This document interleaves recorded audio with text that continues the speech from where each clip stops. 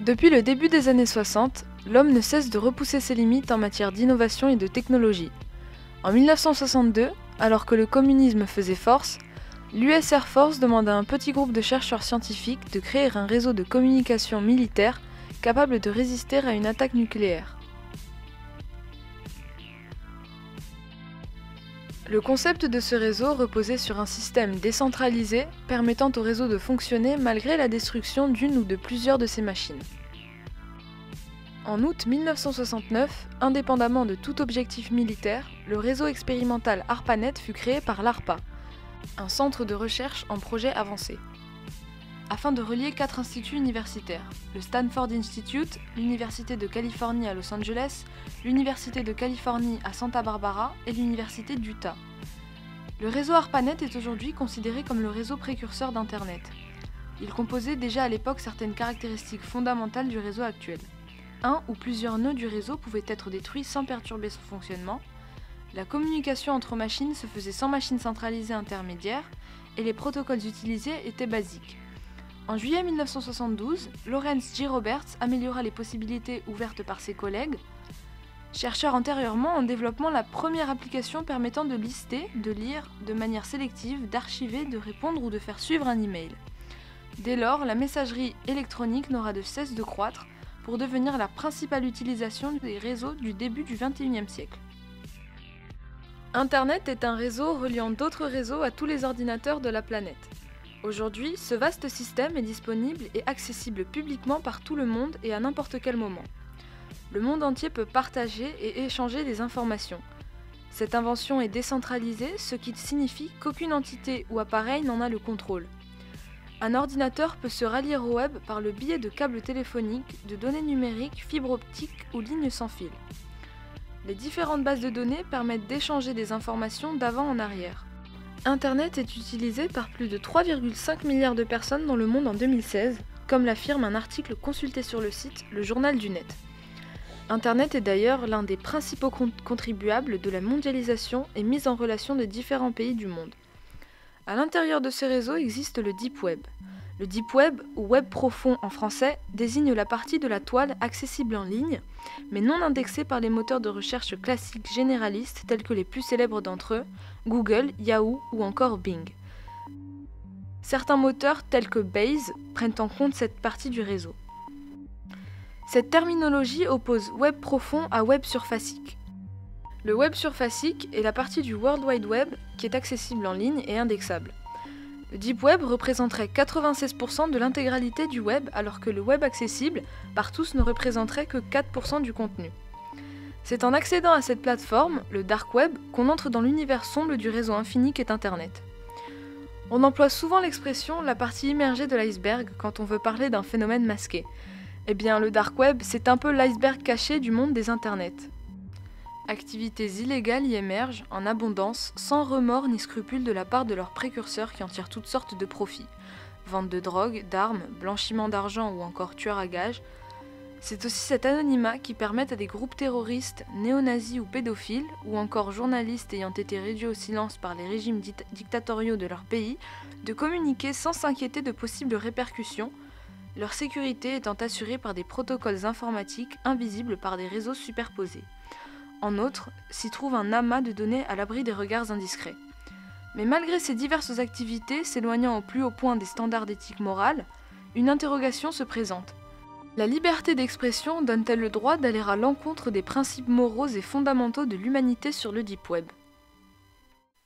Pour commencer, pour vous, combien de pourcentage pouvons-nous percevoir de l'ensemble d'Internet ? Vous direz probablement un pourcentage large, ou bien la moitié qui est de 50%. Eh bien vous vous trompez. Nous ne pouvons voir que 5%, seulement 5. Il y aurait donc 95% que nous ne pouvons pas entrevoir. Cela peut paraître invraisemblable, mais c'est une réalité. Certes perturbante, mais c'est une réalité.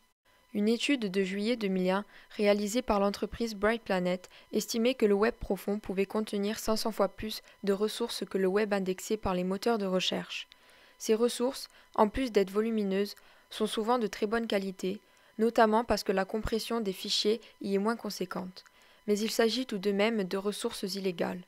Ce web profond était en fait visible lorsqu'Internet fut créé, mais il fut censuré par la suite par les moteurs de recherche que nous connaissons. Cela a donc constitué la face cachée d'Internet. Cela a été censuré, donc interdit par la loi, car dans cette partie d'Internet se cachent des activités plus ou moins illégales. Beaucoup de sites du Deep Web ont été fermés et supprimés par les cyberpoliciers, mais ont été réouverts peu de temps après par les utilisateurs du Deep Web. Il y a donc une démarche qui intervient contre cet Internet sombre. Mais comment expliquer que, dans les millions de personnes qui s'y connectent dans le monde entier, très peu de personnes sont arrêtées? Eh bien cela est dû à un réseau informatique mondial appelé Tor. Il se compose d'un certain nombre de serveurs, appelés nœuds du réseau et dont la liste est publique. Ce réseau permet d'anonymiser l'origine d'une connexion informatique. Cela peut entre autres servir à anonymiser la source d'une session de navigation web ou de messagerie instantanée. Cependant, l'anonymisation du flux n'est pas suffisante, car l'application peut potentiellement transmettre des informations permettant d'identifier la personne. C'est pourquoi le projet Tor développe également un navigateur web basé sur Firefox. Ce navigateur est nommé Tor Browser, qui a été spécialement modifié pour préserver l'anonymat de leurs usagers. Tor est aussi un outil de contournement de la censure sur Internet. Il permet aux personnes l'utilisant d'accéder à des sites, contenus ou services bloqués dans certaines zones du monde. Tor fait circuler le trafic de ses utilisateurs via une série de relais. Ce procédé signifie que la localisation d'une connexion est transférée dans plusieurs lieux du monde dans un intervalle d'environ 30 secondes. Cela permet donc de ne pas être tracé. Il est aussi possible pour chaque utilisateur ou utilisatrice de publier des contenus via les services Onion de Tor sans révéler la position de ces services. Mais il existe aussi une autre forme d'anonymat dans le Deep Web. Il s'agit du Bitcoin, une monnaie virtuelle multilingue appelée aussi crypto-monnaie. Le Bitcoin a été fondé par le japonais Satoshi Nakamoto et développé par Vladimir van der Laan. Sa première version date du 3 janvier 2009, mais il a été amélioré et finalisé dans sa dernière version 0.13.1 le 27 octobre 2009. Le Bitcoin provient de l'anglais bit, qui signifie unité d'information binaire, et coin signifie, lui, pièce de monnaie. Son unité de compte est limitée à 21 millions d'unités et divisible jusqu'à la 8e décimale. Toutes les transactions sont vérifiées par les nœuds du réseau et enregistrées dans un registre public quasi infalsifiable appelé blockchain. Le système fonctionne sans autorité centrale, ni administrateur unique. Bitcoin est la plus importante monnaie cryptographique décentralisée avec une capitalisation proche de 10 milliards d'euros en 2016. Les bitcoins peuvent ensuite être échangés contre d'autres monnaies, biens ou services. Le prix de la crypto-monnaie est fixé principalement sur des places de marché spécialisées. Il n'y a pas d'autorité centrale pour fixer le prix.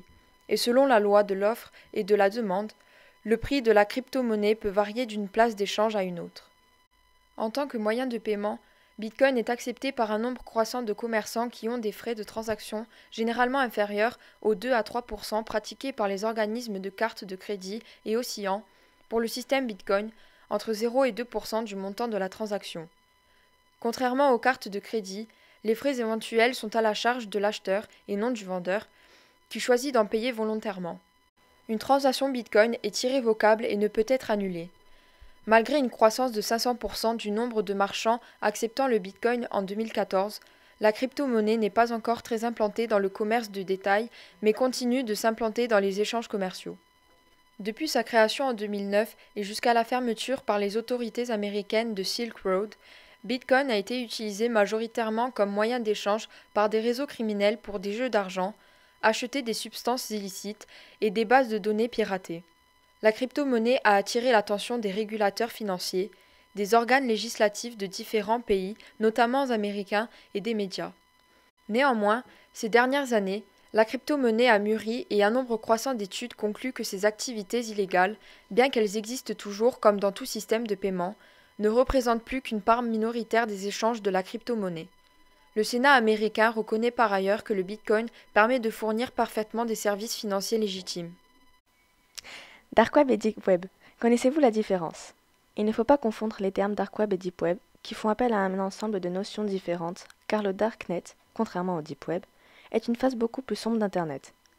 Dark et Deep Web, on aurait presque l'impression qu'il s'agit de la même chose. Il existe d'ailleurs certains reportages sur ce sujet, plus ou moins délicats, comme par exemple reportage intitulé Darknet, le côté obscur du web, d'Envoyé spécial en 2014. Vous vous en doutez, en réalité, ces termes pourtant proches désignent différents aspects du web invisible. Le dark web est connecté au réseau internet public, mais y accéder suppose l'utilisation de logiciels, protocoles, configurations spécifiques et ou l'attribution d'identifiants.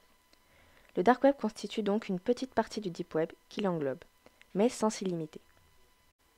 Le dark web est distinct des autres réseaux distribués car le partage y est anonyme, c'est-à-dire que les adresses IP ne sont pas partagées publiquement, et donc les utilisateurs peuvent communiquer avec peu de crainte d'interférence gouvernementale ou d'entreprise. Pour ces raisons, le dark web est souvent associé avec la communication de type dissidence politique et les activités illégales comme par exemple le cybercrime. Plus généralement, le dark web peut être utilisé pour décrire tout type de sites non commerciaux sur Internet ou pour référer à toutes les technologies et communications du web underground, plus communément associées avec les activités illégales ou dissidentes. Les utilisateurs de ce réseau sont donc principalement les hackers, même si n'importe qui peut y parvenir. Il suffit juste de savoir comment faire pour accéder au deep web. Le terme hacker est issu du verbe anglais to hack, qui signifie découper quelque chose. Il fait l'analogie avec la décomposition des étapes en plusieurs parties, afin de les réassembler pour en faire éventuellement quelque chose de nouveau, de plus performant. On emploie également les termes bidouiller ou bricoler. Le hacker est donc avant tout un bidouilleur, si on fait l'abstraction de tout but qu'il peut chercher à atteindre. En fait, il cherche simplement à améliorer son mode de vie, en bidouillant quelque chose pour arriver à ses fins. Donc, le hacking est simplement le fait de détourner un objet ou une entité de son but premier. Nous pouvons donc noter par là que l'on pourrait à nouveau parler de hacking de façon générale pour la vie de tous les jours, et non pas juste au sujet de l'informatique. Vous pouvez très bien hacker un distributeur de boissons en faisant tomber une canette sur une autre qui était coincée. Cet exemple peut paraître dérisoire, mais il s'agit bien d'un petit hack. L'utilisation normale du distributeur est détournée pour obtenir une deuxième canette. Le hacker au sens informatique est donc une personne qui cherche à connaître le fonctionnement détaillé d'un système et partir à la recherche de petites combines qu'il juge pratiques et qui permettent de créer quelque chose d'autre ou de meilleur. Il détourne donc un système ou réseau de son but initial. Ce détournement peut être tout à fait légal et utile. D'ailleurs, aujourd'hui, beaucoup d'inventions et de systèmes que l'on utilise viennent du travail des hackers. On les appelle les white hats. Mais bien sûr, ce détournement peut aussi être illégal. Typiquement, il s'agit d'exploiter des bugs ou des faiblesses pour gagner l'accès à une machine. Et c'est probablement la définition la plus populaire de ce terme. Ces hackers malveillants sont appelés, eux, les black hats. Dans le dark web, plusieurs services sont disponibles, comme la vente de cartes bancaires volées, la création de faux diplômes ou la vente de faux passeports. Les black hat hackers mettent ensuite à disposition leurs services sur le dark web. Cela peut aller de l'achat de numéros de cartes bancaires ou de clones, qui sont des copies de cartes bancaires avec le code PIN fourni pour pouvoir l'utiliser en magasin ou pour des retraits, jusqu'à l'achat de diplômes, la plupart du temps avec inscription dans les bases de données de la fac-école concernée, rendant le tout indétectable. Il faut entre 2 000 et 3 000 euros environ pour un Master 2 à la Sorbonne. Et bien entendu, cela concerne aussi l'achat de faux papiers. Il propose aussi le blocage total des communications téléphoniques et Internet d'une entreprise ou d'un particulier pour un prix allant jusqu'à 20 euros par jour. Ensuite, les hackers peuvent proposer une mise sous écoute électronique de l'intéressé avec toutes les informations disponibles sur son serveur privé. Cela va même jusqu'à la disparition mystérieuse d'une personne ou de toute base de données, de sécurité sociale, de son compte en banque, de sa scolarité, et cela pour une dizaine de milliers d'euros. Mais il existe aussi la possibilité de rendre la vie impossible à une personne. Un hacker peut facilement faire perdre son travail à quelqu'un seulement en publiant des images pornographiques truquées de l'intéressé. Nous avons ensuite mené une enquête afin de connaître les différentes activités qui existent dans le dark web. Pour cette enquête, nous sommes allés à l'extrême d'Internet. Et comme nous, si vous vous rendez sur le dark web, et d'ailleurs nous vous le déconseillons, la première chose que vous verrez, ce seront de nombreux sites de vente de drogue ou de médicaments illicites comme la testostérone, ou bien encore les contrefaçons. Ces sites sont prêts à vous envoyer votre commande jusque dans votre boîte aux lettres si le prix est suffisant. Toutes les sortes de drogues sont disponibles dans le dark web. Par exemple, vous pouvez prendre 10 capsules de LSD pour 0,160 bitcoin, c'est-à-dire pour environ 100 euros. Les substances illicites sont sous vide et sont, la plupart du temps, camouflées dans de faux objets pour échapper à la douane. Ces sites font de même pour les armes ou autres objets dont la possession est illégale. Il a été vu qu'un revolver a été envoyé à son destinataire dans du papier bulle à l'intérieur d'une chaîne IFI. Avec cet ingénieux système, l'arme passe la douane sans problème, pour 1 000 € et comme n'importe quel autre colis. La plupart de ces objets se payent en bitcoin, de manière à simplifier la transaction, et pour qu'il n'y ait pas de rencontre. Et puisque 70% de ces sites sont des scams, c'est-à-dire que ce sont de faux sites prêts à tout pour escroquer les nouveaux utilisateurs, ces sites sont très communs dans le dark web. Il n'est pas étonnant que de nombreux utilisateurs ont vu leur compte bancaire diminuer après avoir rentré leurs coordonnées pour régler une transaction. Il y a aussi de nombreux objets rares et insolites comme de l'or ou des cristaux. Nous pouvons même y trouver d'autres objets provenant du braconnage d'espèces protégées ou non. Il s'y vend des cornes de rhinocéros ou encore des défenses d'éléphants provenant d'Afrique. Chaque animal victime d'un braconnier subit de graves blessures et le plus souvent en meurt. Cela nous prouve que beaucoup de ces utilisateurs ne font part d'aucune pitié et sont prêts à tout pour se faire de l'argent. Mais il y a plus inquiétant. On ne trouve pas que de la drogue ou autres objets illicites dans le dark web. Il existe en effet des services tout aussi illégaux. D'autres personnes que nous, ou les hackers, peuvent circuler dans le dark web de manière anonyme. Et ces personnes-ci sont d'autant plus effrayantes. Il y a tout d'abord des individus que l'on appelle les tueurs à gages. Un tueur à gages est une personne qui se fait rémunérer pour assassiner d'autres personnes. Et comme il n'a aucun lien direct avec ses victimes, il est beaucoup plus difficile de l'identifier, comme de remonter à son commanditaire. De plus, il utilise souvent des pseudonymes. Spécialement sélectionnés, les tueurs à gages forment une catégorie particulière du personnel employé par les milieux du crime organisé pour ce que l'on nomme des contrats, pour effectuer les basses besognes, mais aussi divers règlements de compte. Souvent dénués d'émotion et de remords, ils exécutent souvent leurs meurtres selon les volontés expresses de leurs commanditaires, notamment pour ce qu'il y ait des lieux et des modalités des mises à mort. Il n'est pas rare que le tueur à gages assure aussi les fonctions de garde du corps ou de porte-flingue. Certains travaillent même à leur compte. Et si les tueurs à gages sont légion au cinéma, ils se font rares dans la vraie vie. En étudiant 39 années d'archives, un chercheur n'a identifié que 35 tueurs rétribués. Quant à la somme versée par le commanditaire, elle est très variable. Le plus petit contrat se chiffre à 200 livres, soit environ 240 €. Il faut dire que le tueur le moins cher n'avait que 15 ans au moment des faits. Le contrat le plus coûteux atteint 100 000 livres, soit 120 000 €, et concerne le meurtre de Robert Magil, en 1994. Une seule femme figure parmi les tueurs à gages identifiés, avec une prestation facturée à 8 500 €. Le dark web doit sa mauvaise réputation non seulement à cause des vidéos pédopornographiques, mais aussi des vidéos montrant des actes de zoophilie. On y trouve également de la torture en ligne et du kidnapping. La prostitution infantile est bel et bien un fait réel, mais aujourd'hui, ce commerce sexuel concernant les enfants a un nouveau visage, le dark web. Ainsi, contrairement à l'Internet traditionnel, où les prédateurs sexuels sont assez facilement repérables, l'anonymat que leur confère le dark web rime avec liberté totale. Ils peuvent consommer des services sexuels d'enfants sans être inquiétés par les autorités. D'ailleurs, pour saisir l'ampleur du phénomène, la pédophilie est l'un des premiers contenus à avoir été diffusé sur le dark web. Des forums existent même dans lesquels les pédophiles s'échangent des conseils sur la manière d'aborder de jeunes enfants. Les sites pédopornographiques se développent en toute impunité, malgré les interventions numériquement musclées du FBI et d'Anonymous pour faire tomber certains d'entre eux, tels que Lolita City, pour n'en citer qu'un exemple. Lors d'une opération visant à fermer un réseau pédophile caché dans les tréfonds du dark web, le FBI a usé d'un outil de piratage maison afin de tracer et d'identifier des adresses IP. Un millier d'ordinateurs auraient ainsi été piratés par le FBI afin de fermer le plus grand réseau de pornographie juvénile au monde présent sur le dark web. Playpen, aire de jeu en français, est le nom donné à ce site accessible depuis le réseau Tor et qui permet à ses membres, une fois inscrits, de partager et télécharger des images pédopornographiques. La bataille pour la protection des enfants, aussi féroce soit-elle, n'est certainement pas terminée.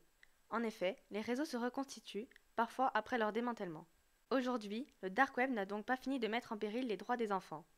Puis, en ce qui concerne la zoophilie, acte où l'animal est l'objet du désir de l'être humain, est une pratique autrefois connue sous le nom de bestialité, à savoir que les individus ayant une attirance ou une excitation envers des animaux sont appelés zoophiles.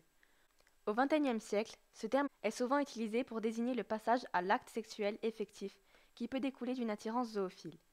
Dans la plupart des pays, les activités zoophiles sont illégales en vertu des lois de cruauté envers les animaux ou de crimes contre la nature. Cependant, la notion d'abus est contestée par certains zoophiles.